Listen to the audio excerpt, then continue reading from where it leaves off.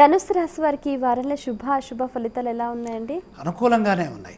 ప్రధానంగా 3వ స్థానంలో కేతువు, 9లో గురువు, పంచమంలో శుక్రుడు. చిత్తశుద్ధితో పనిచేసి విజయాన్ని సాధిస్తారు. క్రమంగా అవరోధాలు తొలగుతాయి. ధైర్యంగా వ్యవహరించి ఒక పనిలో ప్రశంసలని అందుకుంటారు. అనుకున్నది సాధించేంత వరకు పోరాటం చేయండి. బంధుమిత్రుల నుండి సహకారం ఉంది. ఆర్థికాభివృద్ధి కూడా ఉంది. ఆత్మబలంతో ముందుకు సాగండి. కలహాలకు అవకాశం ఉంది కాబట్టి చిరునవ్వుతో సమాధానం ఇవ్వండి. అంతా మంచే జరుగుతుంది. ఈ రాశి వారు పఠించవలసిన స్తోత్రాలు ఇవ్వండి. శ్రీ ఆంజనేయ స్వామి వారిని స్మరించడం చాలా ఉత్తమం. ఆలయ సందర్శన క్రమంలో ఏ దేవీ దేవతలను దర్శించాలంటారు? జయ హనుమాన్. రామదూత సందర్శనం సర్వదా శుభప్రదం. ఈ రాశి వారు చేయవలసిన దానాలు ఇవ్వండి.